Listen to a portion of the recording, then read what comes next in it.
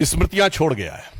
2024 में जहां एक तरफ श्री राम मंदिर का उद्घाटन हुआ 500 वर्षों के बाद, 60 वर्ष के बाद देश में लगातार तीसरी बार किसी प्रधानमंत्री को सरकार बनाने का मौका मिला।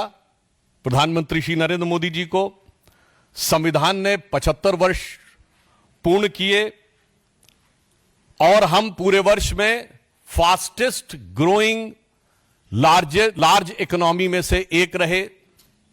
परंतु उसी के साथ एक विचित्र संवैधानिक उदाहरण भी इस 2024 में देश ने देखा, जब जेल से रहकर एक मुख्यमंत्री ने सरकार को चलाया।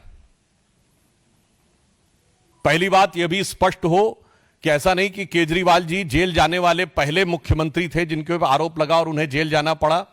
इससे पूर्व में भी शिबू सोरेन जी, मधु कौड़ा जी, लालू प्रसाद यादव जी, जयललिता जी, करुणानिधि जी, ये सब पद पे रहते हुए लोग गए।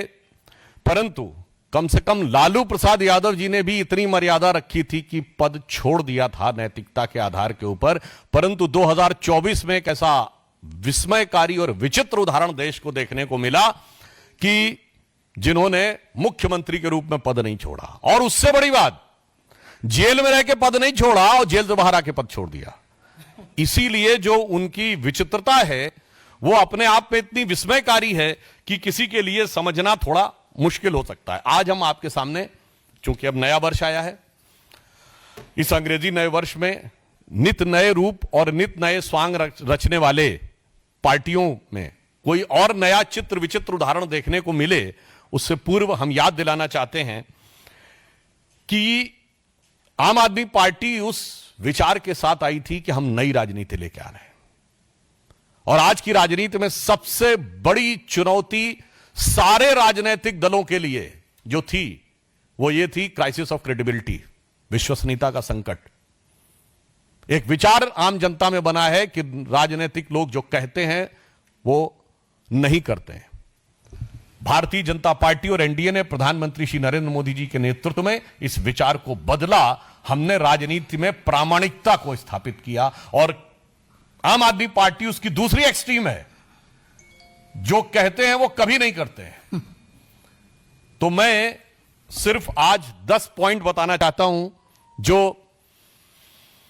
आम आदमी पार्टी और केजरीवाल जी ने कहे थे और उसका यथार्थ क्या है।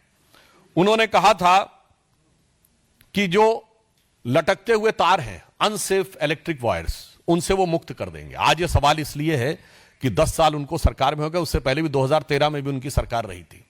तो 10 साल से अधिक रहने के बाद दिल्ली में लटकते हुए बिजली के तारों की स्थिति यह है कि 26 वर्ष का एक नवयुवक 23 जुलाई 2024 को उन लटकते हुए बिजली के तारों की भेंट चढ़ गया। दूसरा, उन्होंने दावा किया था कि 24 आवर क्लीन ड्रिंकिंग वाटर देंगे। और अभी जब गर्मी आया तो लोगों ने देखा कि उत्तर पश्चिम दिल्ली और बाहरी दिल्ली के क्षेत्रों में किस ढंग से पानी को लेकर हाहाकार था। और पत्रकारों ने भी जाके देखा। चलिए, आप नेताओं की बात पे, राजनीतिक दलों के कार्यकर्ताओं की बात पे विश्वास न करें कि वो उसमें किस प्रकार की दुर्गंध आती थी जिस पानी का प्रयोग करना पड़ता था। फिर इन्होंने कहा वर्ल्ड क्लास एजुकेशन सिस्टम देंगे, यह दावा किया। और इतना ही नहीं, याद करिए, इनके मुंह से निकल गया था दुनिया का सबसे बड़ा अखबार जो है न्यूयॉर्क टाइम्स में छपवाना कितना मुश्किल है। छपवाना शब्द था, कोई जाके उस बाइट को चेक कर सकता है। तो पहले तो पढ़े लिखे मुख्यमंत्री को यह नहीं पता था कि दुनिया का सबसे बड़ा अखबार न्यूयॉर्क टाइम्स नहीं है, दुनिया का सबसे बड़ा अखबार है जापान का यमुनो शुमरी। और अमेरिका का भी सबसे बड़ा न्यूयॉर्क टाइम्स नहीं है, अमेरिका का सबसे बड़ा है यूएसए टुडे। खैर, इस अत्यधिक पढ़े लिखे मुख्यमंत्री को ने कहा छपवाना कितना मुश्किल है। और हकीकत क्या थी कि high court has reprimanded that the flawed education system, और इसमें कई चीजों को लेकर कोर्ट ने अप्रसन्नता जाहिर की।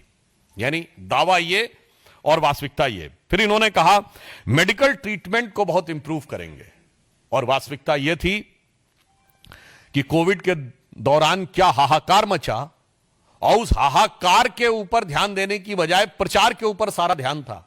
आप सबको याद हो कि मोहल्ला क्लिनिकों में जो भ्रष्टाचार की चीजें प्रकाश में आई, जिसमें एक प्रकरण ऐसा था कि एक दिन में 539 लोगों का निस्तारण हुआ, जबकि मोहल्ला क्लिनिक 9 बजे से लेकर 1 बजे तक 4 घंटे में चलती है।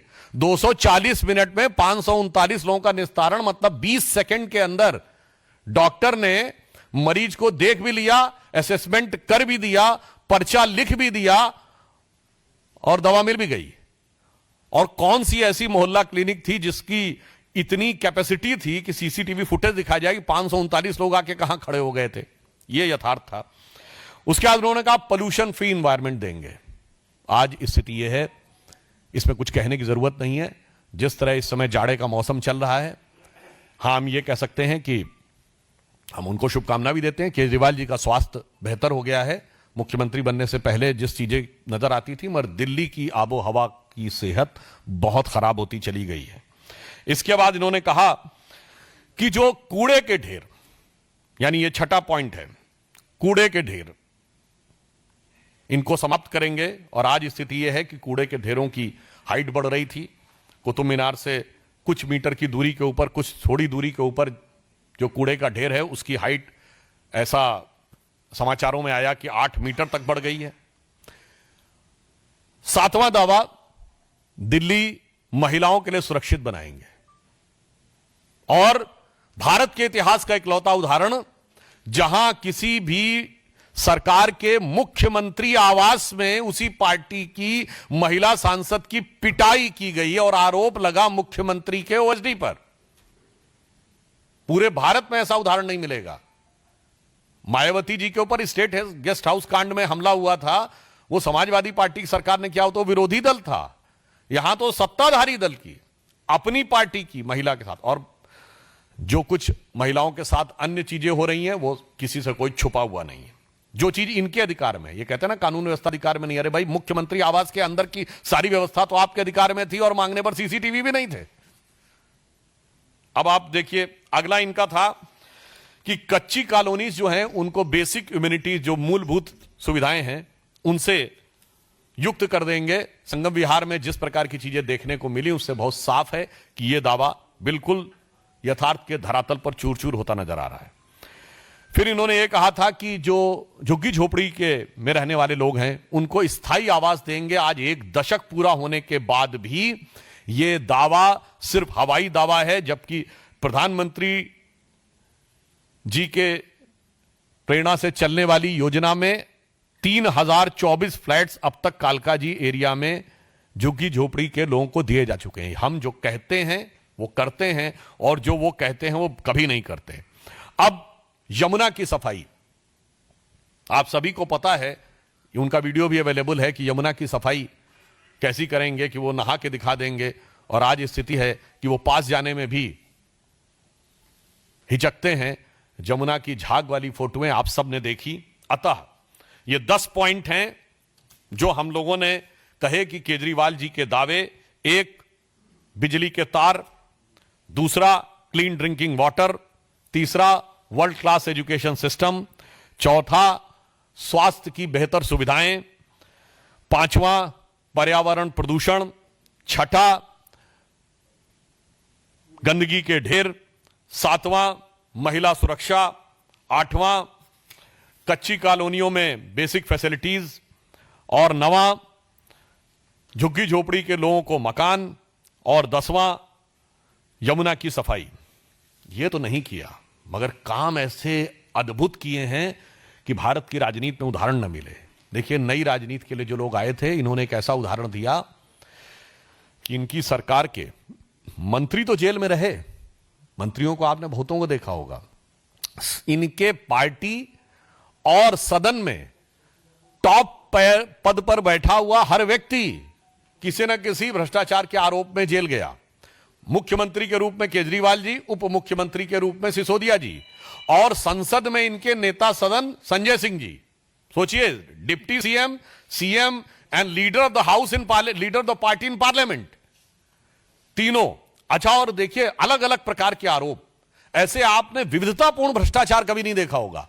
ये तीनों शराब के घोटाले में गए, तो स्वास्थ्य मंत्री सत्येंद्र जैन जी हवाला के मामले में, अमानतुल्लाह खां वक्फ बोर्ड में घोटाला करने के मामले में, तो अभी अभी इनके एक नरेश बालियान जी माफिया के साथ लिंक के मामले में, तो बहुत पहले इनके एक मिस्टर तोमर थे जो फर्जी डिग्री के मामले में, और यहां तक कि इनके एक विधायक के ऊपर यह भी आरोप था, उनकी पत्नी ने आरोप लगाया, हम नहीं कह रहे हैं कि वो अपने कुत्ते से कटवाते थे। तो मुझे लगता है कि इतने प्रकार के विविधतापूर्ण भ्रष्टाचार के आरोप इतने कम कालखंड में किसी पॉलिटिकल पार्टी में नहीं लगे होंगे, जिसका उदाहरण आम आदमी पार्टी ने प्रस्तुत किया है। और पंजाब में इनके 2 मिनिस्टर जो हैं वो आरोपित हो चुके हैं, और मुख्यमंत्री के ओएसडी के ऊपर अपनी पार्टी की सांसद के साथ मारपीट का उदाहरण आपको खूब सर्च करिएगा, मुझे लगता है भारत के इतिहास में नहीं मिलेगा।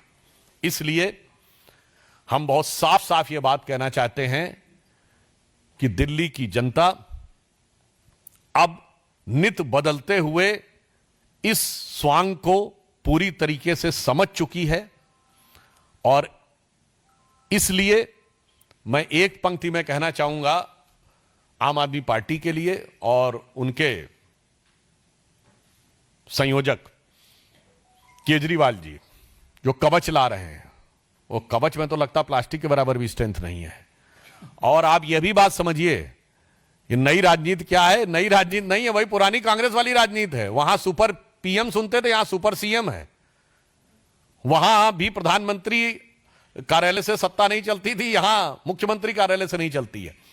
तो मैं सिर्फ यह कहना चाहूंगा, आज देश की राजनीति में प्रामाणिकता की आवश्यकता है, जो प्रधानमंत्री श्री नरेंद्र मोदी जी के नेतृत्व में भाजपा और एनडीए ने प्रस्तुत किया है। आज भारत की राजनीति में अविश्वसनीयता का प्रमाण केजरीवाल जी के नेतृत्व में आम आदमी पार्टी है। तो उनके लिए एक पंक्ति कहना चाहूंगा कि चंद बातें करना और मुतमई होना नहीं अच्छा, सियासत आखिरी दम तक सभी को आजमाती है, बहुत गलती की गुंजाइश नहीं होती सियासत में, जरा किरदार हल्का हो कहानी डूब जाती है। धन्यवाद।